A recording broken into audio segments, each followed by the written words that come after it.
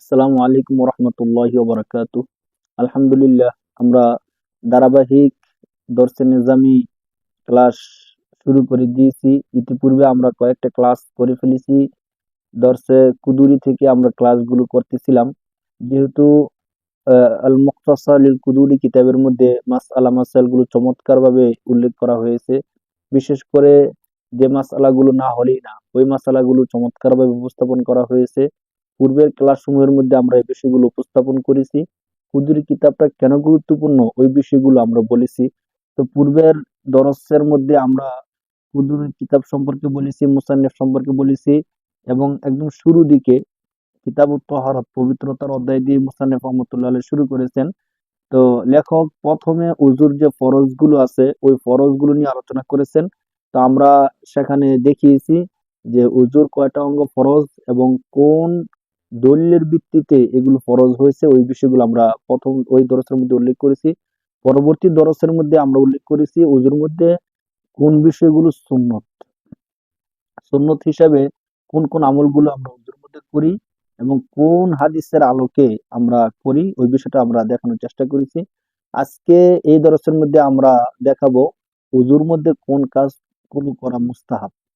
তো ফরজ, ওয়াজিব, মুস্তাহাব, সুন্নত এগুলো শরিয়ার পরিভাষা, প্রত্যেকটার আলাদা আলাদা সংজ্ঞা রয়েছে। তো মুস্তাহাব যে বিষয়গুলো এগুলো রাসূল সাল্লাল্লাহু আলাইহি সাল্লাম করতেন, কখনো কখনো ছেড়ে দিতেন। তো আমাদের জন্য নিয়ম হলো যে আমরা মুস্তাহাব যে বিষয়গুলো আছে আমরা যদি করি তাহলে অনেক বেশি সওয়াবের অধিকারী হব, না করলে গুনাহের অধিকারী হব না। এটা হলো মুস্তাহাবের বিধান। তো মুসান্নিফ রহমতুল্লাহি আলাইহি এখানে উজুর মধ্যে ৬টি মুস্তাহাবের বিষয় উল্লেখ করবেন। তো মুস্তাহাব আর সুন্নাহ কাছাকাছি, সুন্নত সমূহের একটু গুরুত্ব বেশি। রাসূল সাল্লাল্লাহু আলাইহি সাল্লাম যেগুলো প্রায় করতেন, ইচ্ছা করে সাধারণত ছাড়তেন না, এগুলোকে সুন্নত বা সুন্নতে মুআক্কাদা হিসেবে ধরা হয়।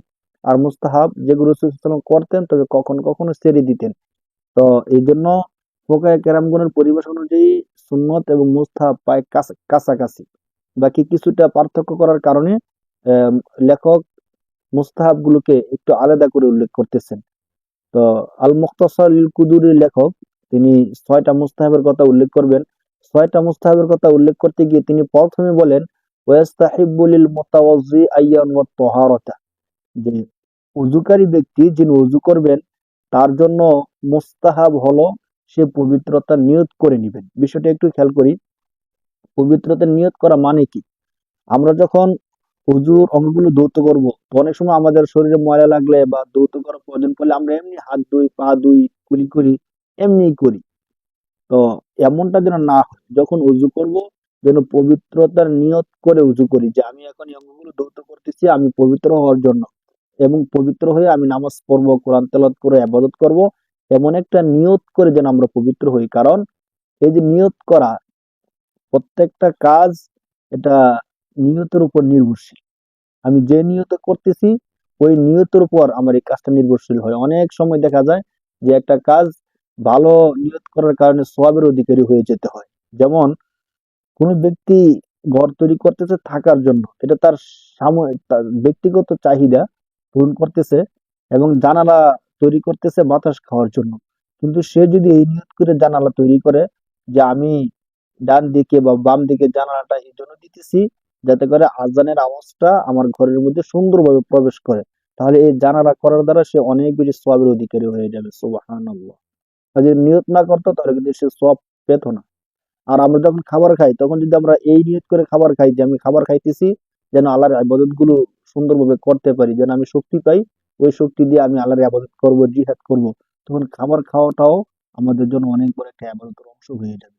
বুখারী শরীফের হাদিসের মধ্যে আসছে ইন্নামাল আমালু বিন্নিয়াত, হযরত ওমর ইবনে খাত্তাব রাদিয়াল্লাহু তাআলা আনহু থেকে এই হাদিসটা বর্ণিত যে সমস্ত কাজগুলো নিয়তের উপর নির্ভরশীল।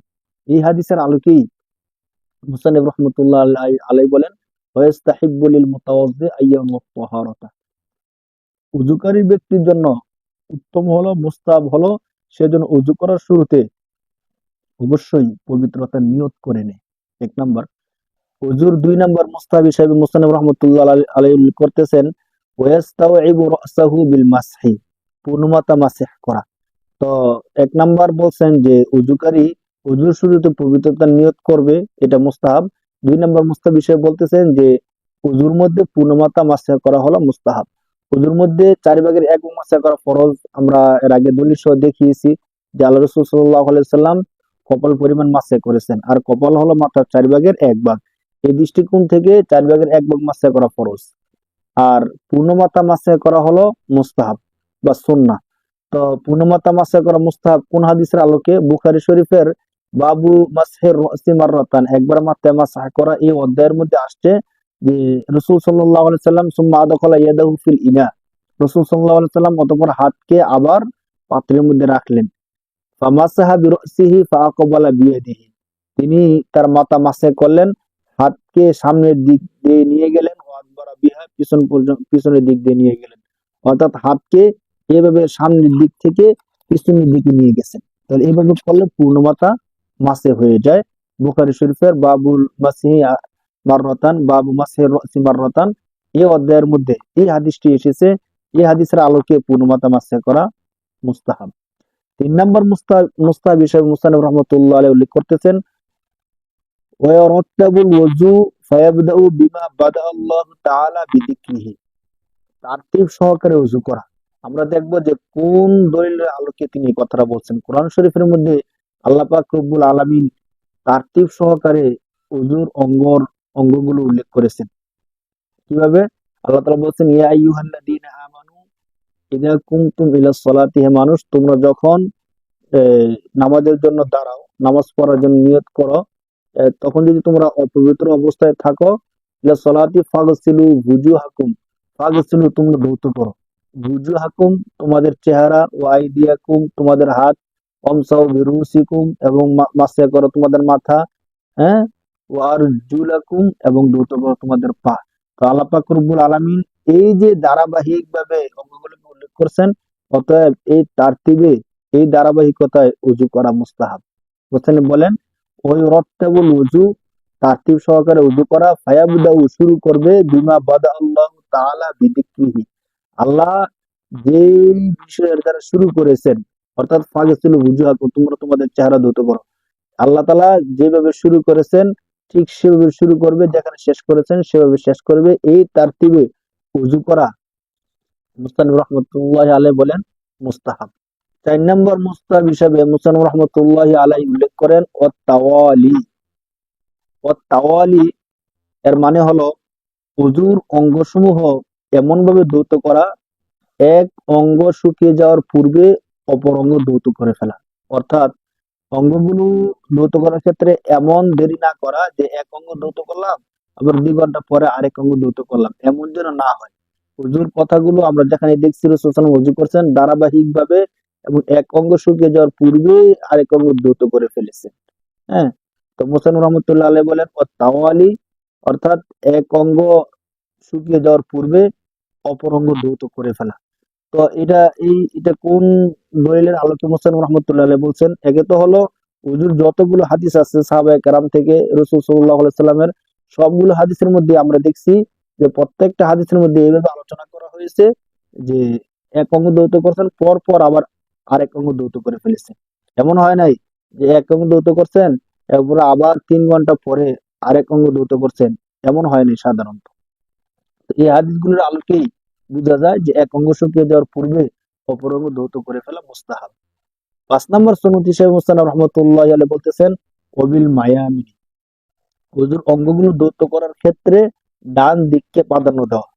যখন হাত ধৌত করবে তখন প্রথমে ডান হাত ধৌত করা, পা ধৌত করার সময় প্রথমে ডান পা ধৌত করা। এইভাবে ওযুর মধ্যে ডান দিককে প্রাধান্য দেওয়াটা হলো মুস্তাহাব। কেননা আল্লাহ রাসূল সাল্লাল্লাহু আলাইহি সাল্লাম সকল ভালো কাজের ক্ষেত্রে তিনি ডান দিককে প্রাধান্য দিতেন। এমনকি আম্মা জানা আয়েশা রাদিয়াল্লাহু তাআলা আনহা থেকে বর্ণিত আছে যে কানা নবী সাল্লাল্লাহু আলাইহি সাল্লাম ইউজিবুহু তায়াম্মুন, রাসূল সাল্লাল্লাহু আলাইহি সাল্লাম ভালো বোধ করতেন ডান দিক প্রাধান্য দেওয়া। কি কিসের ক্ষেত্রে? ফি তানাউলিহি, জুতা পরিধান করার ক্ষেত্রে, ও তারাজ্জুলিহি ও তুহুরিহি ফি শানি কুল্লিহি, এমন যত জিনিসগুলো আছে সব ক্ষেত্রে, প্রায় সব ক্ষেত্রে রাসূল সাল্লাল্লাহু আলাইহি সাল্লাম ডান দিককে প্রাধান্য দিতেন। এবং রাসূল সাল্লাল্লাহু আলাইহি সাল্লাম একবার উম্মে আতিয়াকে তার সন্তানকে গোসল দেওয়ার ক্ষেত্রে বলতেছেন যে ফি গোসলি ইবনাতিহি, তার সন্তানকে গোসল দেওয়ার ক্ষেত্রে রাসূল সাল্লাল্লাহু আলাইহি ওয়াসাল্লাম বলতেছেন ইবদা বিমায়ামিনিহা ওয়া মাওয়াজিআল ওযু মিনহা, যে তুমি তার ওযুর অঙ্গগুলো ডান দিক থেকে ধৌত করা শুরু করো। তাহলে এই হাদিসের আলোকে বোঝা যায় যে ডান দিককে প্রাধান্য দেওয়াটা মুস্তাহাব। আমরা যখন ওযু করব তখন অবশ্যই ডান দিককে প্রাধান্য দেব। ফিকহের মূল বিষয় তো হলো আমরা যে আমলগুলো করি কোন হাদিসের আলোকে বা কোন দলিলের আলোকে এই আমলগুলো আমরা করি, এই জিনিসটা জানা বুঝা।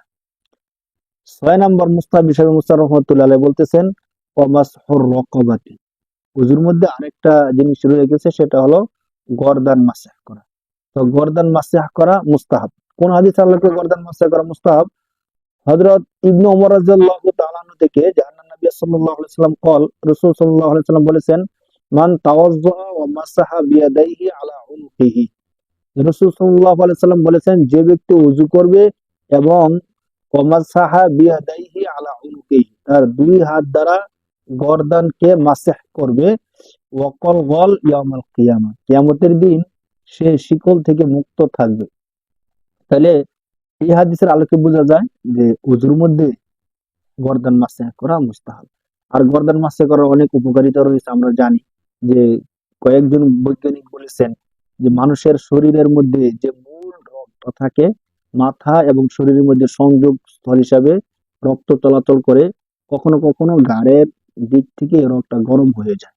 তো অনেক গরম হতে হতে একটা সময় মানুষ মানসিকভাবে কষ্ট পায় এবং অনেক সময় পাগল হয়ে যায়। তো যদি এই রগটাকে ভিজিয়ে রাখা যায় তাহলে এটা স্থির থাকে, শান্ত থাকে। এবং বৈজ্ঞানিকরা প্রমাণ করে দেখেছেন যে সত্যিকার অর্থে যারা 5 ওয়াক্ত নামাজ আদায় করে এবং উযু করে গর্দান মাসহ করে তারা কঠিন রোগ থেকে এবং বিশেষ করে মানসিক রোগ থেকে তারা ভালো থাকতে পারে। এই বিষয়ে অনেক প্রমাণ এবং অনেক ঘটনা রয়েছে। তো এই দৃষ্টিকোণ থেকে শুধু এতটুকু না, রাসূল সাল্লাল্লাহু আলাইহি সাল্লামের যতগুলো সুন্নাহ আছে সমস্ত সুন্নাহগুলোর মধ্যে কোনো না কোনো একটা উপকার আছেই আছে। যদি আপনি এক একটা সুন্নত ধরে ধরে গবেষণা করেন তাহলে দেখবেন যে প্রত্যেকটা সুন্নতের মধ্যে একটা না একটা গুরুত্ব বা উপকার, একটা না একটা ভালো রেজাল্ট অবশ্যই রয়েছে। এটা আল্লাহ পাক রব্বুল আলামিনের কুদরত। রাসূল সাল্লাল্লাহু আলাইহি সাল্লাম নিজের পক্ষ থেকে কোনো কিছুই করেন নাই। কোরআন শরীফে আল্লাহ তাআলা তো স্পষ্ট করে বলছেন যে মা ইয়ানতিকু আনিল হাওয়া, তিনি নিজের থেকে কোনো কিছু বলেন নাই। তো সবকিছু বলছে তো আল্লাহ তাআলা। তো যে বিষয়গুলো আমাদের জন্য কল্যাণকর আল্লাহ সেই বিষয়গুলি বলেছেন। তো আমরা উজুর মুস্তাহাব গুলো নিয়ে আলোচনা করলাম। উজুর মুস্তাহাব গুলো মূলত সুন্নাহ। তো এই দৃষ্টিকোণ থেকে আমরা যে সুন্নত গুলো আলোচনা করেছি, এখন যে মুস্তাহাব গুলো আলোচনা করেছি, সবকিছু মিলিয়ে আমরা এতটুকু বলতে পারি যে মুস্তানবির রহমতুল্লাহ আলাইহি মোট 14টি সুন্নতের আলোচনা করেছেন। হুম, এখানে মুস্তাহাব হিসেবে আলোচনা করেছেন 6টি, আর এর আগে সুন্নত হিসেবে আলোচনা করেছেন 9টি। তো মুস্তাহাব গুলো সুন্নতের কাছাকাছি, সুন্নতের মতোই। তো এই দৃষ্টিকোণ থেকে আমরা বলতে পারি যে মুস্তানব মোট 14টি সুন্নতের আলোচনা আমাদের এখানে করেছেন। আমরা পূর্বের দরজগুলোর মধ্যে করেছি। আজকের দরজটা এখানেই শেষ। সামনের দরজের মধ্যে আমরা আলোচনা করব উযু কেন ভেঙে যায়, কোন কোন কারণে আমাদের উযু ভেঙে যায়, এবং আমরা তো অনেক বিষয়ের কারণে মনে করি উযু ভেঙে যায়, এই কারণে ওই কারণে। তো কোন কারণে উযু ভাঙে, যেই কারণে উযু ভাঙে তার দলিল কি, কোন হাদিসের আলোকে আমরা বুঝতে পারলাম যে এই কারণে উযু ভেঙে যায়, ওই বিষয়টা নিয়ে পরবর্তী দরসের মধ্যে আলোচনা করবো ইনশাআল্লাহ। আসসালামু আলাইকুম।